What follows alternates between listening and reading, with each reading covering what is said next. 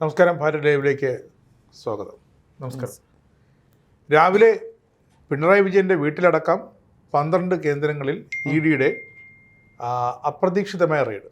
പക്ഷേ ഇത് അറിഞ്ഞിരുന്നോ അല്ലെങ്കിൽ മുൻകൂട്ടി കണ്ടിരുന്നു എന്ന ഒരു മാതൃകയിലാണ് CPMൻ്റെ കേന്ദ്ര കമ്മിറ്റിയും പിന്നെ സംസ്ഥാനത്തെ നേതാക്കളുമൊക്കെ പ്രതികരിക്കുന്നത്. അതിൽ നമ്മുടെ കോൺഗ്രസ് BJP ഇടയിലെന്നാണ് MP രാജേഷ് മുൻ മന്ത്രി പറയുന്നത്. KN ബാലഗോപാൽ പറയുന്നത് പിണറായി വിജയനെ ടാർഗറ്റ് ചെയ്യുന്നു. BJPയുടെയും കോൺഗ്രസിൻ്റെയും ഒരു പകപോക്കലാണ് എന്ന് KK ശൈലജ ടീച്ചർ വരെ പറഞ്ഞിട്ടുണ്ട്. പിന്നെ പാർട്ടി സെക്രട്ടറി MABP സഖാവാണെങ്കിൽ അദ്ദേഹം വളരെ നീണ്ടൊരു പ്രസ്താവന തന്നെ അത് ഇട്ടിട്ടുണ്ട്. അത് സംശയകരമാണ് EDയുടേത്. അതായത് മാധ്യമ വിചാരണയ്ക്ക് വേണ്ടിയിട്ട് ED ഇത്തരം കാര്യങ്ങൾ ഇങ്ങനെ ചെയ്യരുതായിരുന്നു. അതായത് മാധ്യമങ്ങൾക്കാണ് ഇപ്പോൾ പഴി. അതുപോലെ തന്നെ ജനാധിപത്യ വ്യവസ്ഥയിൽ അന്വേഷണ ഏജൻസികൾ ഭരണഘടനാപരമായ ഉത്തരവാദിത്തോടെയും നിഷ്പക്ഷതയോടെയും പ്രവർത്തിക്കേണ്ട സ്ഥാപനങ്ങളാണെന്നാൽ എതിരാളികളെ ലക്ഷ്യമിട്ട് കേന്ദ്ര ഏജൻസികളെ ഉപയോഗിക്കുന്നു. പിന്നെ പിണറായി വിജയൻ മുൻ മുഖ്യമന്ത്രിയും പ്രതിപക്ഷ നേതാവും തലമുതിർന്ന കമ്മ്യൂണിസ്റ്റുമാണ്. ഇതൊക്കെയാണ് CPMൻ്റെ പെട്ടെന്നുള്ള ഒരു പ്രസ്താവന. 26/5/2026 ഹൈക്കോടതിയിലെ വിധി പരിശോധിച്ച് കഴിഞ്ഞാൽ കാണാൻ കഴിയും.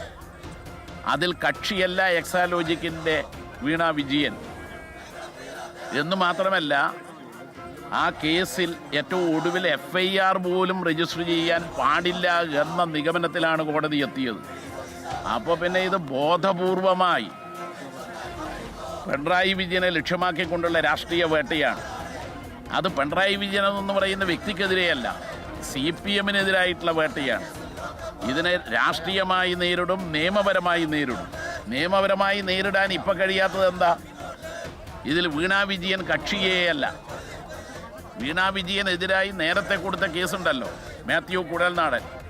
ആ കേസെല്ലാം തിരുവനന്തപുരം വിജിലൻസ് കോടതിയും അതുപോലെ തന്നെ മൂവാറ്റുപുഴ വിജിലൻസ് കോടതിയും തള്ളുക മാത്രമല്ല, അതിനുശേഷം ഹൈക്കോടതിയും സുപ്രീം കോടതിയും ഇതിൽ യാതൊരു കഴമ്പുമില്ലെന്ന് പറഞ്ഞിട്ട് തള്ളിയതാണ്. മാത്യു കുഴൽനാടിനെതിരായി ശക്തമായിട്ടുള്ള വിമർശനം കോടതി ഉന്നയിച്ചതുമാണ്. അപ്പോൾ ഇവരെല്ലാം അറിഞ്ഞിരുന്നു അല്ലേ ഈ ഒരു കാരണം തലസ്ഥാനത്ത് 2 ദിവസം മുമ്പ് നടന്നൊരു സമരം പലയിടത്തായിട്ട് SFI കുട്ടികൾ അണിനിരക്കുന്നു. പിന്നെ DYFIക്ക് ആളിനെ കിട്ടുന്നില്ല എന്ന് തോന്നുന്നു. അവര് ഉണർന്നു തുടങ്ങിയില്ല, ഉണർന്ന് ജാഗരൂകരായി തുടങ്ങിയിട്ടില്ല. ശരിക്കും മറ്റ് കലാപ ആഹ്വാനങ്ങൾ അടക്കമുള്ള മറ്റ് തിരുവനന്തപുരത്ത് അതും സംശയമാണ്. ഒരു ബേക്കറി ജംഗ്ഷനിൽ ഒരു വാടക വീട്ടിലേക്ക് അദ്ദേഹം താമസം മാറിയിരുന്നത്. നടക്കാനൊക്കെ വിശാലമായ വളപ്പുള്ള കന്റോൺമെന്റ് ഹൗസ് അദ്ദേഹത്തിന് വേണ്ടാഞ്ഞിട്ടാണോ അതോ പഴയ ഓടിട്ട കെട്ടിടമായിട്ടാണോ എന്താണ് സംശയം. പക്ഷേ ഒരുപാട് ദുരൂഹതകൾ ബാക്കിയുണ്ട്. ഇപ്പോൾ വരുന്ന പ്രസ്താവനകളും പലരുടെയും പ്രതികരണങ്ങൾ, ഫേസ്ബുക്ക് പോസ്റ്റുകളൊക്കെ അത് വീണ്ടും ക്യാപ്സൂളുകൾ വന്നു തുടങ്ങി. അതെ, വന്നു തുടങ്ങി. എന്തൊക്കെയായിരുന്നു ആ സംഭവങ്ങളൊക്കെ? യഥാർത്ഥത്തിൽ നമുക്കറിയാം, കേരളത്തിൽ ഇടതുപക്ഷ സർക്കാർ അധികാരമേറ്റ അന്ന് മുതൽ ഇന്ന് വരെ അഴിമതിയുമായി ബന്ധപ്പെട്ട നിരവധി ആരോപണങ്ങൾ ഇടതുപക്ഷ സർക്കാരിനെതിരെ ഉയരുന്നുണ്ട്. അന്നെല്ലാം ഈ അഴിമതി ആരോപണങ്ങൾ എപ്പോഴും ഉണ്ടാകുമ്പോഴും രാഷ്ട്രീയ പ്രേരിതമാണ്. അതായത് ഇടതുപക്ഷക്കാരും അഴിമതി കാണിക്കുന്നവരല്ല. അവർക്കെതിരെ ആരോപണം വന്നാലുടൻ സംഘപരിവാറിനെ കുറ്റപ്പെടുത്തുക, അതൊരു വലിയ അജണ്ടയാണ്. അതായത് കേരളത്തിൽ സംഘപരിവാറിനെ എന്തെങ്കിലും പറഞ്ഞു കഴിഞ്ഞാൽ കേരളത്തിലെ അണികളെല്ലാം ഒപ്പം നിൽക്കും. കുറച്ച് CPMകാരും കോൺഗ്രസ്സുകാരും CPIക്കാരും എല്ലാം കൂടെ ചേർന്നുകൊണ്ട് ഇങ്ങനെയുള്ള അന്വേഷണങ്ങൾ അട്ടിമറിക്കാം എന്നുള്ളൊരു തീരുമാനമായിരിക്കാം ഒരുപക്ഷെ ഇതിൻ്റെ പിന്നിലെന്ന് തോന്നുന്നു. പക്ഷേ അത്തരം അട്ടിമറികളിലൊന്നും കേന്ദ്രത്തിലെ BJP സർക്കാർ ഭയക്കില്ല എന്നുള്ളതാണ് ഏറ്റവും പ്രധാനപ്പെട്ട കാര്യം. കേന്ദ്രമല്ല ഇപ്പോൾ അന്വേഷണം നടത്തുന്ന ED എന്ന് പറയുന്ന അന്വേഷണ ഏജൻസിയാണ്. ED അന്വേഷണം നടത്താനുള്ള സാഹചര്യം എന്താണ്? ആദായ നികുതി വകുപ്പ് കണ്ടെത്തിയ ഒരു കൃത്യമായ രേഖ, അതായത് നികുതിയുമായി ബന്ധപ്പെട്ടുണ്ടായ ഒരു കൃത്യമായ രേഖ, ആ രേഖ പ്രകാരം അത് സമ്മതിച്ച് അതിന് പിഴ ഒടുക്കിയിട്ടുള്ള സംഭവം. അതായത് വീണ വിജയൻ്റെ കമ്പനി എക്സാലോജിക്ക് പിഴ ഒടുക്കിയിട്ടുണ്ട്. ശശിധരൻ കർത്ത അടക്കമുള്ളവർ ഇതിൽ പ്രധാനപ്പെട്ട പങ്കുവച്ചിട്ടുണ്ടെന്ന് നമുക്കറിയാവുന്ന കാര്യമാണ്. അതുമായി ബന്ധപ്പെട്ട് ഷോൺ ജോർജ് SFI അന്വേഷണവുമായി പോകുന്നു. ഇതേ ആരോപണം തന്നെ മാത്യു കുഴൽനാടന് നേരത്തെ ഉന്നയിച്ചിട്ടുണ്ട്. വിജിലൻസ് കോടതിയിൽ കേസിന് പോവുകയും ഒക്കെ ചെയ്ത സാഹചര്യം നമുക്ക് മുന്നിലുണ്ട്. ഈ കേസ് മാത്യു കുഴൽനാടൻ കൊടുത്ത കേസിന് പ്രശ്നമായത് മറ്റേ അന്വേഷണ ഏജൻസികൾ അന്വേഷിക്കുന്ന കേസിൽ എല്ലാ കോടതികളെയും കൂടി ഉൾപ്പെടുത്താൻ ശ്രമിച്ചതാണ് മാത്യു കുഴൽനാടൻ്റെ കേസ് തള്ളിപ്പോകാൻ കാരണം. അല്ലാതെ അതിൽ സത്യമില്ലാഞ്ഞിട്ടല്ല യഥാർത്ഥത്തിൽ തള്ളിപ്പോയത്. നമുക്കറിയാം, ഒരു കേസ് തന്നെ പല കോടതികളിൽ വരുമ്പോൾ ഉണ്ടാകുന്ന പ്രശ്നം ആദായ നികുതി വകുപ്പ് അന്വേഷിക്കുന്നിടത്ത് ഇപ്പം അതത്രല്ല, കേരള പോലീസിൻ്റെ വിജിലൻസ് അന്വേഷിച്ചാൽ പിണറായി വിജയന് ക്ലീൻ ചിറ്റ് കിട്ടുമല്ലാതെ പ്രത്യേകിച്ച് കാര്യമൊന്നും ഉണ്ടാവില്ല എന്ന് നമുക്കും അറിയുന്ന കാര്യമാണ്. പക്ഷേ ഇവിടെ നമ്മൾ മനസ്സിലാക്കേണ്ട കാര്യം, ഈ ഡിപ്ലോമാറ്റിക് ബാഗേജിലൂടെയുള്ള നയതന്ത്ര സ്വർണ്ണക്കടത്ത് വന്ന ആ സമയത്തും ഇതുപോലെ തന്നെ കേന്ദ്രം ഇടപെട്ടതാണ് എന്ന് പറഞ്ഞുകൊണ്ട് പല രീതിയിലുള്ള പ്രശ്നം ഉണ്ടാക്കാനാണ് അന്നും CPM ശ്രമിച്ചിട്ടുള്ളത് നമുക്കറിയാം. അപ്പോൾ പിണറായി വിജയനെതിരെയോ CPM-നെതിരെയോ ഏതെങ്കിലും തരത്തിലുള്ള ആരോപണം ഉണ്ടാകുമ്പോൾ ആ ആരോപണങ്ങളെല്ലാം ഇപ്പോൾ അതെല്ലാം രാഷ്ട്രീയ പ്രേരിതമാണ് എന്ന് പറയാനാണ് ശ്രമിച്ചിട്ടുള്ളത്. നമുക്കറിയാം ഇന്ത്യയിൽ BJP നേതാക്കന്മാർ ഇപ്പോൾ മെഡിക്കൽ കോഴ അടക്കം കേരളത്തിലുണ്ടായ സമയത്ത് കേരളത്തിലെ വിജിലൻസ് അന്വേഷണം നടത്തിയിട്ടുണ്ട്. അന്ന് ഇതാരും രാഷ്ട്രീയ പ്രേരിതമാണെന്ന് പറഞ്ഞിട്ടില്ല. CPM രാഷ്ട്രീയ പ്രേരിതമായി BJP നേതാക്കളെ വിളിച്ച് ചോദ്യം ചെയ്തതാണെന്നോ അല്ലെങ്കിൽ കോൺഗ്രസ് രാഷ്ട്രീയ പ്രേരിതമായി ചോദ്യം ചെയ്തതാണോ എന്ന് പറഞ്ഞിട്ടില്ല. അതുപോലെ തന്നെ ഇത്തരം പല കേസുകൾ ഉണ്ടായിട്ടുണ്ട്. പിന്നെ ശബരിമല കേസുണ്ടായപ്പോൾ പോലും ഇത്തരത്തിലുള്ള ആരോപണങ്ങളല്ല, ഭക്തജനങ്ങളെ ദ്രോഹിക്കുന്നതിനെതിരെ വന്നു എന്നുള്ളതല്ലാതെ ഇത് ഞങ്ങൾ ചെയ്യാത്ത കാര്യമാണ് ഞങ്ങളെ ചോദ്യം ചെയ്യുന്നത് എന്ന് പറഞ്ഞിട്ടില്ല. നമുക്കറിയാവുന്ന കാര്യമാണ്. ഇനി കേന്ദ്രത്തിൽ നോക്കിയാൽ അമിത്ഷാ അടക്കമുള്ളവർ പ്രതിയായ കേസുകളുണ്ട്. ആ കേസുകളൊക്കെ നടക്കുമ്പോഴും ഒരു തരത്തിലുള്ള വാദങ്ങളും BJPയോ മറ്റുള്ളവരോ വെച്ചിട്ടില്ല. ED ആരുടെയും പിണിയാളുകളാണെന്ന് പറഞ്ഞിട്ടില്ല. CBI അന്വേഷണം വന്നിട്ട് പോലും ആ അന്വേഷണത്തെ സധൈര്യം നേരിട്ട് അന്വേഷണത്തിൽ അവസാനം പ്രതിയല്ല ആക്കേണ്ട സാഹചര്യമില്ല എന്ന് കണ്ടെത്തി അവരെയെല്ലാം കുറ്റവിമുക്തനാക്കുകയായിരുന്നു. ഇവിടെ ഏതെങ്കിലും BJP നേതാക്കന്മാരെയാണ് എല്ലാവരും കുറ്റപ്പെടുന്നത്. ഇവിടെ ഏതെങ്കിലും മത നേതാക്കന്മാരെ ചോദ്യം ചെയ്യാൻ കഴിയില്ല. എന്തിന്? മദനിയെ ചോദ്യം ചെയ്യാൻ, മദനിയെ ജാമ്യം നിഷേധിക്കപ്പെട്ട സമയത്ത് മദനിയെ പിടിച്ചുകൊണ്ടുപോകാൻ ബാംഗ്ലൂർ പോലീസ് ചെയ്ത എന്ത് ബുദ്ധിമുട്ടിയാണ് പിടിച്ചുകൊണ്ടുപോയെന്ന് നമുക്കറിയാം. ദിവസങ്ങളോളം ഇതുപോലെ തന്നെയായിരുന്നു. 10 ദിവസത്തോളം അൻവാർശേരിയിൽ ആൾക്കാരെല്ലാം കയറി, അവിടുത്തെ മുഴുവൻ ആൾക്കാരും മദനി എവിടെയാണെന്ന് അറിയാത്ത രീതിയിൽ അവിടെ കയറി പ്രതിരോധം സൃഷ്ടിച്ച വലിയ രീതിയിൽ പ്രശ്നമുണ്ടായി. അവസാനം ബാംഗ്ലൂർ പോലീസ് ഒരു ദിവസം കസ്റ്റഡിയിൽ എടുത്തുകൊണ്ട് പോയി. അപ്പം അതുകൊണ്ട് ഇത്തരം കാര്യങ്ങളെ ഇങ്ങനെ ജനങ്ങളെ ഇളക്കി വിട്ടുകൊണ്ട് പ്രതിരോധം സൃഷ്ടിക്കാം എന്നുള്ള ധാരണ CPM-നുണ്ടെങ്കിൽ അത് സാധിക്കില്ല എന്നുള്ളത് തന്നെയാണ് നമുക്ക് മനസ്സിലാക്കാൻ സാധിക്കുന്നത്. ഇന്ന് അതുകൊണ്ടാണല്ലോ ജോൺ ബ്രിട്ടാസ് എന്തെങ്കിലും രീതിയിൽ അവിടേക്ക് കയറി പറ്റാനുള്ള ശ്രമം നടത്തിയ ലോകത്തെല്ലാവർക്കും. ജോൺ ബ്രിട്ടാസ് ഒരു മാധ്യമപ്രവർത്തകൻ കൂടിയായിരുന്നു. ലോകത്തെല്ലാവർക്കും അറിയാം ഒരു അന്വേഷണം നടത്തുക, ഒരു അന്വേഷണം നടത്തുക, റെയ്ഡ് ചെയ്യുകയോ ആരെങ്കിലും ചോദ്യം ചെയ്യുകയോ ചെയ്യുമ്പോൾ ഏത് MP ആണെങ്കിലും മന്ത്രി വന്നാൽ പോലും അവിടേക്ക് കടത്തിവിടില്ല എന്നുള്ളത് എല്ലാവർക്കും അറിയാം. ഇനി നരേന്ദ്രമോദി വന്നാൽ പോലും ഒരു പക്ഷേ അവർ കടത്തിവിടില്ല, പുറത്തു നിന്ന് സംസാരിച്ച് പറഞ്ഞു വിടുകയുള്ളൂ. അവിടേക്ക് കയറി ചെല്ലാൻ എന്തിനാണ് അദ്ദേഹം അവിടേക്ക് കയറി ചെല്ലാൻ സാധിച്ചത്, അതിനുള്ള ശ്രമം നടത്തിയത് എന്നുള്ളത് ഏറ്റവും പ്രധാനപ്പെട്ട ചോദ്യമാണ്. എല്ലാവർക്കും അറിയാം. ബിനീഷ് കൊടിയേരിയുടെ വീട്ടിൽ, തിരുവനന്തപുരത്ത് ബിനീഷ് കൊടിയുടെ വീട്ടിൽ ഇതുപോലെ ED റെയ്ഡ് നടന്നപ്പോൾ അപ്പോൾ എല്ലാവർക്കും അറിയാവുന്ന കാര്യമായിരുന്നു. കാരണം ED ആരെ അകത്ത് കയറ്റത്തില്ല, അത് അവിടുത്തെ കേന്ദ്രസേന പുറത്ത് കാവൽ നിൽക്കും. പക്ഷേ അന്ന് ബിനീഷ് കോടിയേരിക്കെതിരെ അന്വേഷണം നടന്നപ്പോൾ ഇന്ന് ബിനീഷ് കോടിയേരി ചാടി വന്ന് പിണറായിയെ രക്ഷിക്കാൻ വന്നിട്ടുണ്ട്. പക്ഷെ ബിനീഷ് കോടിയേരിക്കെതിരെ അന്ന് പ്രശ്നമുണ്ടായ സമയത്ത് പിണറായി പറഞ്ഞു EDയുടെ കയ്യിലുള്ള രേഖ എന്താണെന്ന് അറിയില്ല, അത് വരട്ടെ എന്നിട്ട്. അന്ന് EDയെ ഭയങ്കര വിശ്വാസമായിരുന്നു പിണറായി വിജയന്. ഇപ്പോൾ ED അത്ര വിശ്വാസമില്ല എന്നാണ് മനസ്സിലാക്കാൻ സാധിക്കുന്നത്.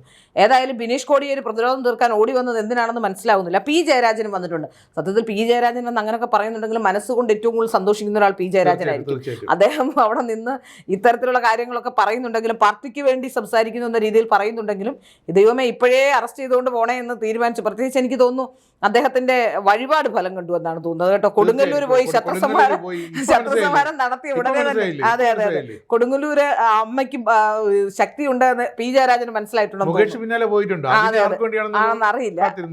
ഏതായാലും വളരെ പ്രധാനപ്പെട്ട ചില കാര്യങ്ങൾ പുറത്തു വരുമ്പോൾ അതിനെ ഏതെങ്കിലും തരത്തിലുള്ള ക്യാപ്സൂളുകൾ ഇറക്കി തടയാനോ ക്യാപ്സൂളുകൾ കൊണ്ട് മൂടാനോ കഴിയില്ല. ഇപ്പം നമ്മൾ പ്രധാനമായും ഇപ്പോൾ ചർച്ച ചെയ്യേണ്ട ഒരു പ്രധാനപ്പെട്ട വിഷയം, ആർക്കും എന്തും പറയാവുന്ന ഒരു സംസ്ഥാനമായി ഇന്ത്യ മാറി, കേരളം മാറി എന്നുള്ളതാണ്. ഇവിടെ നമ്മൾ മനസ്സിലാക്കേണ്ട ഒരു കാര്യം, EDയെ പുറത്തിറക്കരുത്. ഒരു സുഭാഷ് ചന്ദ്രൻ KR എന്ന് പറയുന്ന സുപ്രീം കോടതിയിലെ ഒരു അഭിഭാഷകന്റെ പോസ്റ്റാണ്. കയറിയ പോലെ, ഇത് മാധ്യമപ്രവർത്തകൻ കൂടിയായിരുന്നു, കൈരളിയുടെ ലീഗൽ റിപ്പോർട്ടറായിരുന്നു എന്നാണ് എനിക്ക് തോന്നുന്നത്, കൃത്യമായി എനിക്കറിയില്ല, എങ്കിലും ആണ് എന്നാണ് എൻ്റെ ഒരു അറിവ്. കയറിയ പോലെ ED പുറത്തിറങ്ങരുത്, പിണറായിക്ക് വീട് വേറെ വെച്ച് കൊടുക്കാൻ സഖാക്കളെ. അതിന്റെ അർത്ഥം എന്താ? പിരിവ് മാത്രമല്ല, അതിന്റെ അർത്ഥം വളരെ ഗുരുതരമായ ഒരു അർത്ഥം അതിൽ ഒളിഞ്ഞിരിപ്പുണ്ട്. അതായത് കയറിയ പോലെ ED പുറത്തിറക്കരുതെന്ന് പറഞ്ഞാൽ ആ വീടിന് തീയിട്ടിട്ടായാലും EDയെ ഇല്ലാതാക്കണം, ED പുറത്തിറങ്ങരുത് എന്നതിന്റെ അർത്ഥം ഒന്നുകിൽ EDയെ ആക്രമിക്കണം. പക്ഷെ അതിനകത്ത് പിണറായി വിജയൻ കൂടി ഉണ്ട് കേട്ടോ. പിണറായി വിജയനും മകളുമുണ്ട്. മകളെ ചോദ്യം ചെയ്തുകൊണ്ടിരിക്കുകയാണ്. പിണറായി വിജയന്റെ കുടുംബം അതിനകത്തുണ്ട്, മകളെ ചോദ്യം ചെയ്തുകൊണ്ടിരിക്കുകയാണ്. അപ്പോൾ എനിക്ക് ഒരു സംശയം, ഒന്നുകിൽ EDയെ ലക്ഷ്യം വെച്ചാണോ അല്ലെങ്കിൽ പിണറായി വിജയനെ ലക്ഷ്യം വെച്ചാണോ ഈ സുഭാഷ് ചന്ദ്രന്റെ നീക്കം എന്നറിയില്ല. ഏതായാലും സുഭാഷ് ചന്ദ്രൻ പറഞ്ഞിരിക്കുന്നത് ഇങ്ങനെയാണ്. ഇത് വളരെ ഗുരുതരമായി കാണേണ്ട ഒരു വിഷയം തന്നെയാണ്. സ്ക്രീൻഷോട്ട് കൂടി ഞാൻ അതും ആയിരിക്കാം. പക്ഷെ എങ്കിലും ഇത്തരം ഒരു പോസ്റ്റ് ഇടുന്ന വളരെ ഗുരുതരമായ ഒരു ക്രിമിനൽ ഒഫൻസ് ആണ് എന്ന് അയാൾക്ക് എന്താണ് മനസ്സിലാവാത്തതെന്ന് എനിക്കറിയില്ല. ഏതായാലും ഇതൊരു വലിയ ക്രിമിനൽ ഒഫൻസ് ആണ്. കാരണം ഒരു അന്വേഷണ ഏജൻസി ഒരു സ്ഥലത്ത് വന്ന്, അത് വളരെ സെൻസിറ്റീവായ ഒരു വിഷയമാണ്. ഒരു ഇടതുപക്ഷത്തെ ആൾക്കാർ മുഴുവൻ അവിടെ നിൽക്കുന്നിടത്ത് ഇത്തരം ഒരു പോസ്റ്റ് കാണുമ്പോൾ സ്വാഭാവികമായി ജനങ്ങൾക്ക് അത് ചെയ്യാൻ തോന്നിയാൽ അതൊരു കലാപാഹ്വാനമാണ്. യഥാർത്ഥത്തിൽ പുറത്ത് നമ്മുടെ SDPയുടെ പിന്തുണയുള്ള മുൻമന്ത്രി ശിവൻകുട്ടി സഖാവുണ്ട്, എല്ലാവരും ഉണ്ട്, പ്രശാന്ത് ഉണ്ട്, തോറ്റ പ്രശാന്ത് ഉണ്ട്, എല്ലാവരും ബ്രിട്ടാസ് ഉണ്ട്. അങ്ങനെ ഈ നേതാക്കളെല്ലാം അവിടെ നിൽക്കുകയാണ്. അപ്പൊ യഥാർത്ഥത്തിൽ ഇത്തരം ഒരു പോസ്റ്റ് വരുമ്പോ ആ ആഹ്വാനം ആരെങ്കിലും ഏറ്റെടുത്താൽ ഉണ്ടാകാവുന്ന ദുരനുഭവങ്ങൾ അല്ലെങ്കിൽ ദുരന്ത ഫലങ്ങൾ എന്താണെന്ന് നമുക്കറിയാം. അതുകൊണ്ട് തന്നെ വളരെ കൃത്യമായി തന്നെ ഈ വിഷയത്തിൽ കലാപാഹ്വാനത്തിന് കേസെടുക്കേണ്ടതുണ്ട്. ഇത് ആരെങ്കിലും കാണുന്നുണ്ടെങ്കിൽ ഇത് പരാതിയുമായി മുന്നോട്ട് പോകേണ്ടതാണ്. ഇതിന്റെ സ്ക്രീൻഷോട്ട് കൂടി ഈ വാർത്തയോടൊപ്പം ഞങ്ങൾ അറ്റാച്ച് ചെയ്യുന്നുണ്ട്, നിങ്ങൾക്ക് കാണാം. സുഭാഷ് ചന്ദ്രൻ KR എന്ന് പറയുന്ന ഫേസ്ബുക്ക് പ്രൊഫൈലിലാണ്. ഇയാൾ ഒരു സുപ്രീം കോടതി അഭിഭാഷകനാണെന്നാണ് ഞാൻ മനസ്സിലാക്കുന്നത്. കയറിയ പോലെ, ഒന്നുകൂടി വായിക്കുകയാണ്, കയറിയ പോലെ ED പുറത്തിറങ്ങരുത്, പിണറായിക്ക് വീട് നമുക്ക് വേറെ വെച്ചു കൊടുക്കാം സഖാക്കളെ. അതായത് പിണറായിയുടെ വീട് തകർന്നാലും വേണ്ടില്ല, EDയെ പുറത്തിറക്കാതെ നിങ്ങൾ എന്ത് വേണമെങ്കിലും അവിടെ ചെയ്തോളൂ എന്ന തരത്തിലുള്ള ഒരു ആഹ്വാനമാണ്. ഇതിനെതിരെ തീർച്ചയായും ഇത് കേസെടുക്കേണ്ട ക്രിമിനൽ ഒഫൻസ് തന്നെയാണ്. ആരെങ്കിലും ഇത് കാണുന്നവരുണ്ടെങ്കിൽ അവർക്ക് ഇതിൻ്റെ സ്ക്രീൻഷോട്ടുമുണ്ട്, സ്ക്രീൻഷോട്ട് ഞങ്ങൾ വാർത്തയോടൊപ്പം അറ്റാച്ച് ചെയ്യുന്നുണ്ട്. അതുകൊണ്ട് നിങ്ങൾക്കിത് പരമാവധി ഇത് കോടതിയിൽ എത്തിക്കുക തന്നെ വേണം. ഇത്തരത്തിലുള്ള കലാപാഹ്വാനങ്ങൾ ഏതെങ്കിലും ഒരു വിഷയത്തിൽ, ഏത് വിഷയത്തിലാണെങ്കിലും അത് ആരാണെങ്കിലും ചെയ്തുകൂടാ എന്നുള്ളതാണ്. രാജ്യത്തിൻ്റെ സുരക്ഷയും സംസ്ഥാനത്തിൻ്റെ സുരക്ഷയും ഒക്കെ നമ്മളെ സംബന്ധിച്ചിടത്തോളം വളരെ പരമപ്രധാനമാണ്. ഇത്തരം ഒരു സെൻസിറ്റീവായ വിഷയമാണ്. പ്രത്യേകിച്ച് ഒരു ചോദ്യം ചെയ്യുന്ന ഒരു സാഹചര്യം നടക്കുന്നു. മുൻ മുഖ്യമന്ത്രിയായിരുന്നു, അദ്ദേഹത്തിൻ്റെ വീടിനടുത്ത് ആളുകൾ തടിച്ചുകൂടുന്നു. അങ്ങനെ ഇരിക്കുന്ന ഒരു സമയത്ത് ഇത്തരത്തിലുള്ള ഒരു ആഹ്വാനം തീർച്ചയായും അത് കലാപത്തിലേക്ക് തന്നെ വഴിതെളിക്കാനുള്ള സാധ്യത. ഇഡിക്കെതിരെ എന്ന് പറയുമ്പോൾ രാജ്യത്തെ പരമോന്നത അന്വേഷണ ഏജൻസിക്കെതിരെ തന്നെയാണ്. അപ്പോൾ അത് നമ്മൾ മനസ്സിലാക്കേണ്ട കാര്യം കലാപാഹ്വാനം തന്നെയാണ്. അതൊരു സുപ്രീം കോടതി അഭിഭാഷകൻ അറിയാത്തതല്ല, ഇത് കലാപാഹ്വാനമാണ്. അപ്പൊ അതുകൊണ്ട് തന്നെ ഇതിന് ഗൗരവം കൂടുതലാണ്. അദ്ദേഹം ഒരു അഭിഭാഷകൻ കൂടി ആയതുകൊണ്ട് തന്നെ ഇതിന് ഗൗരവം കൂടുതലാണ്. യഥാർത്ഥത്തിൽ ഇങ്ങനെയുള്ള ആരെങ്കിലും ഇത് കാണുന്നുണ്ടെങ്കിൽ കേസിന് പോവുക തന്നെ വേണം എന്നാണ് എനിക്ക് പറയാനുള്ളത്.